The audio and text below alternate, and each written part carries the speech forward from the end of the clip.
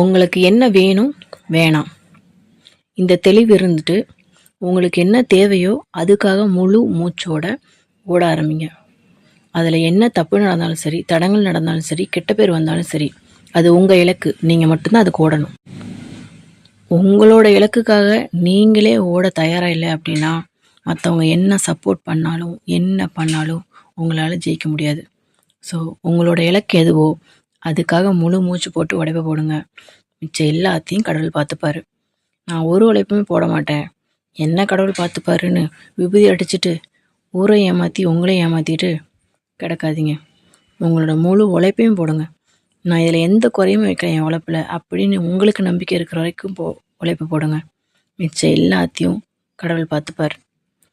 சின்ன சின்ன தடங்கள் வரலாம், கெட்ட பேர் வரலாம், தோல்வி வரலாம். ஆனால் உங்களோட இலக்கு வெற்றியை கண்டிப்பாக நோக்கி போய்கிட்டே இருக்கும். கண்டிப்பாக ஒரு நாள் இந்த உலகத்தில் ஜெயிச்சு ஒரு நல்ல நிலைமையில் உங்களால் கண்டிப்பாக இருக்க முடியும். அந்த நம்பிக்கையை மட்டும் பிடிச்சிட்டு கடவுளை மட்டும் நம்பிக்கை இழந்துடாமல் பிடிச்சிக்கோங்க. மிச்சம் எல்லாத்தையும் அவர் பார்த்துப்பார். சொன்னது புரிஞ்சிருக்கும்னு நினைக்கிறேன். Take care.